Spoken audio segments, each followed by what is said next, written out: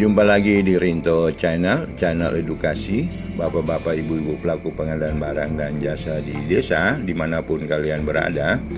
Kali ini kita akan mencoba membahas dan melakukan analisa terkait perbedaan perubahan APBDes desa dengan sistem Musdesus dan reguler. Nanti kita akan coba bahas lebih lanjut. Kita masuk ke videonya lebih dalam. Alangkah baiknya kamu klik subscribe-nya dulu sekaligus dengan like-nya, dan jika kamu merasa video ini bermanfaat, silakan share lewat media sosial kamu, juga tonton videonya sampai habis.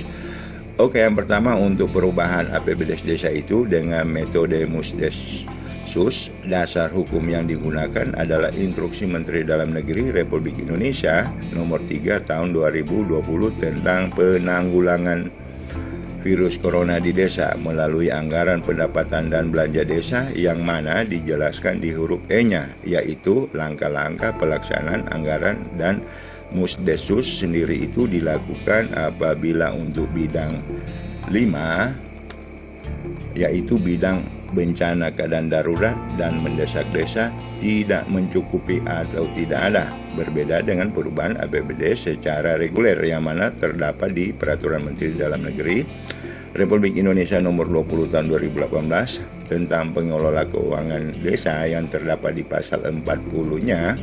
Di ayat 1 dikatakan pemerintah desa dapat melakukan perubahan APBDes desa apabila terjadi yang A, penambahan atau pengurangan dalam pendapatan desa pada tahun anggaran berjalan, yang B, sisa penghematan belanja dan sisa lebih perhitungan pembiayaan tahun berjalan yang akan digunakan dalam tahun berkenan, dan C, keadaan yang menyebabkan harus dilakukan pergeseran antar bidang, antar subbidang, antar kegiatan, dan antar jenis belanja. Yang terakhir yaitu keadaan yang menyebabkan silva tahun sebelumnya harus digunakan dalam tahun anggaran sebelumnya.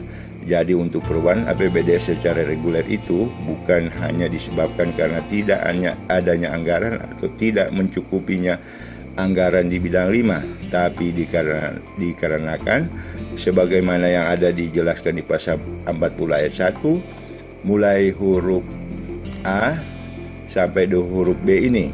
Selanjutnya dalam Musdesus itu langsung dilakukan perubahan RKP, juga diikuti langsung dengan perubahan APBDes desa yang dilakukan oleh pemerintah desa. Dan untuk evaluasi terkait APBDes desa di sini langsung pada Musdesus tersebut. Oleh karena itulah dalam Musdesus di sini yang wajib hadir salah satunya adalah organisasi perangkat daerah atau OPD terkait dan camat, karena seperti disampaikan tadi, evaluasi APBDes desa langsung dilakukan pada saat musyawarah desa khusus dilaksanakan, berbeda dengan perubahan APBD secara reguler, yang mana jika dia terkait RKP desa sebagaimana yang terdapat di Peraturan Menteri Dalam Negeri Republik Indonesia Nomor 114 Tahun 2014. Jika RKP desa sudah disepakati melalui Musrembangdes, nantinya kepala desa akan membahas bersama BPD untuk menjadi dokumen tersebut menjadi peraturan desa. Jadi bukan melalui musyawarah, tetapi melalui musyawarah BPD. Begitu juga dalam hal perubahan APBDes, yang mana nantinya rancangan peraturan desa tentang APBDes itu diserahkan kepada kepala desa terlebih dahulu kepada BPD untuk dibahas dan disepakati bersama dalam musyawarah BPD. Jadi bukan dalam musyawarah desa. Selanjutnya setelah disepakatinya rancangan APBDes dengan BPD, maka rancangan peraturan desa tersebut diserahkan kepala desa kepada bupati atau wali kota melalui camat paling lambat 3 hari sejak disepakati. Sekarang berbeda dengan perubahan yang mandiri dilakukan melalui musyawarah desa khusus tadi. Untuk evaluasi itu langsung di musyawarah di desa khusus. Namun jika perubahan APBD secara reguler, perubahannya dokumen rancangan peraturan desa tentang APBDes desa yang sudah disepakati kepala desa bersama BPD, nanti disampaikan terlebih dahulu kepada bupati atau wali kota melalui camat. Jadi evaluasinya di sini bukan di saat musyawarah BPD.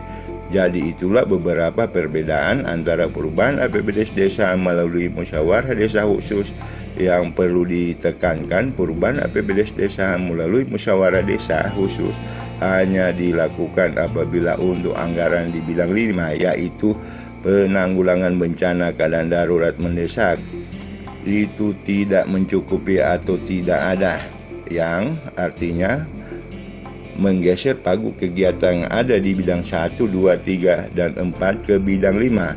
Berbeda jika dilakukan pemerintah desa dalam pergeseran antar bidang, antar subbidang, antar kegiatan, dan antar jenis belanja, yang mana bukan hanya terdapat di bidang 5, maka digunakan adalah dengan perubahan APBD secara reguler. Oke, sekian dulu videonya, nanti jumpa kita pada video berikutnya.